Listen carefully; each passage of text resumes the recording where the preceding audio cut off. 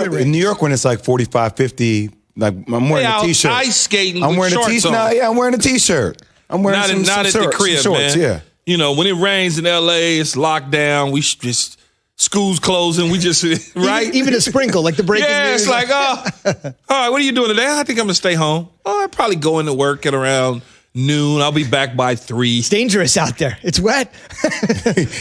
That's the way LA is, man. It's dangerous out there. It's wet. Keyshawn, J. Will Zubin, presented by Progressive Insurance. This is interesting, fellas. For the first time since week 6, and here we are, 6-7 weeks later. For the first time since week 6, we didn't have a Thursday night game last night. You had mentioned yesterday you were flipping around, waiting for a Thursday night game. I didn't know what, because it originally was one scheduled, obviously, and they moved it. Right. And I didn't catch them moving it because they done moved so much.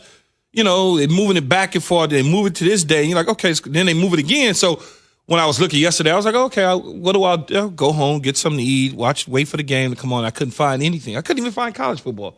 But I did watch USC lose to UConn in basketball, but, whatever. It's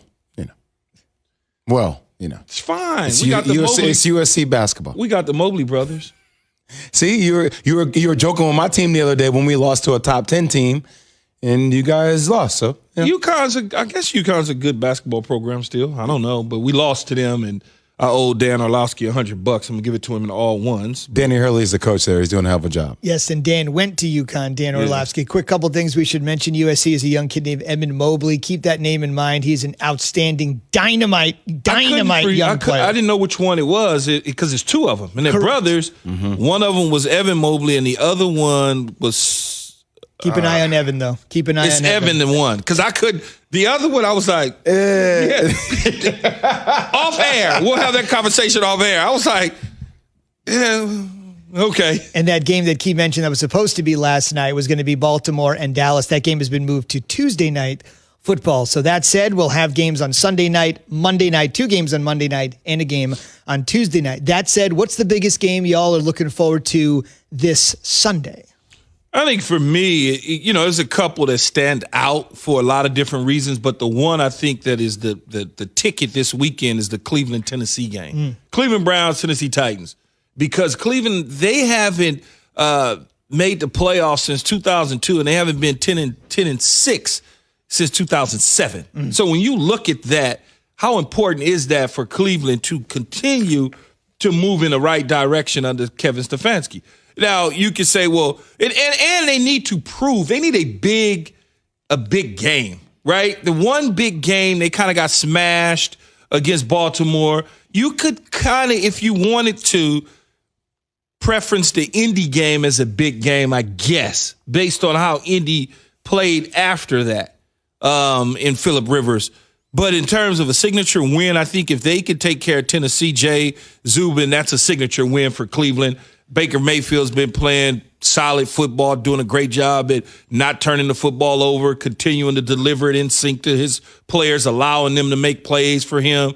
And so I think that is the way that they move forward in terms of the recipe. They won't win the division because Pittsburgh is not going to lose enough games for them to be able to do that. But they can at least finish in second place and get a wild card berth and possibly make some noise once they get into the playoffs.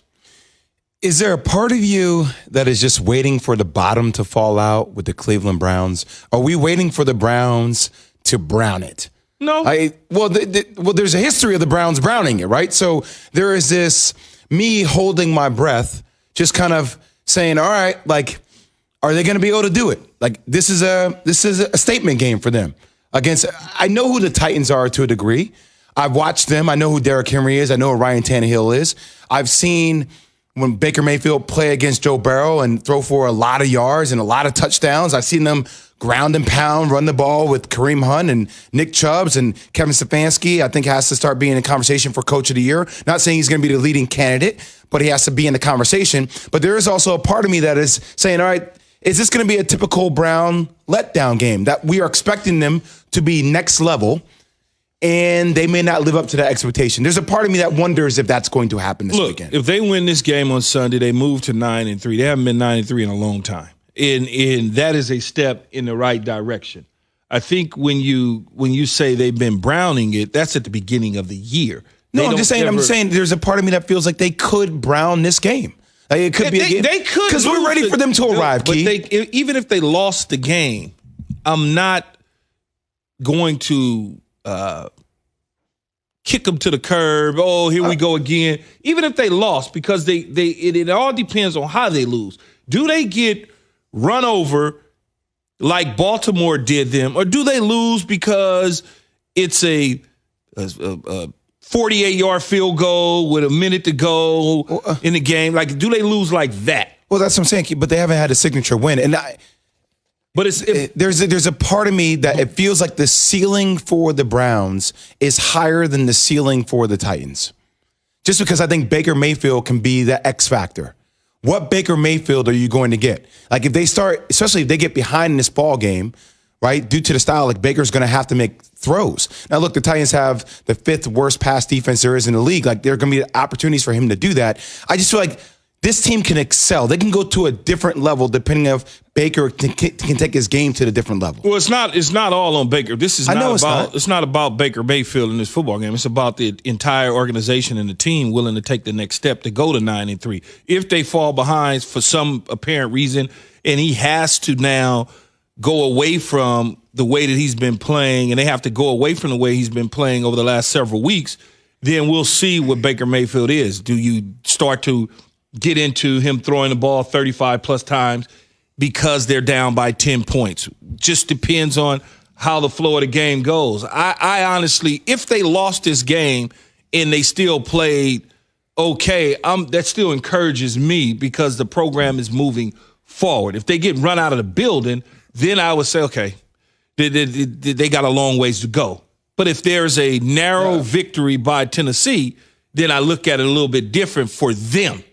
I'm not going to throw them out the window, Zubin, if they lose. I'm just saying I really want to see the Browns have a statement win, have a big boy win. Time to, like, we have arrived. We are here. Everybody else can say whatever the hell they want. That's what has to happen, though, today. Sheesh. That's Sunday. what has to happen Sunday. They need a big boy win. But if for some reason, Jay, they don't win the game and lose it by a long field goal or two, not get run out of the building, it still has some encouragement there because they've been so bad for so long. It still shows you, okay, they're headed in the right direction. They just haven't crossed the bridge yet. That's all I'm saying.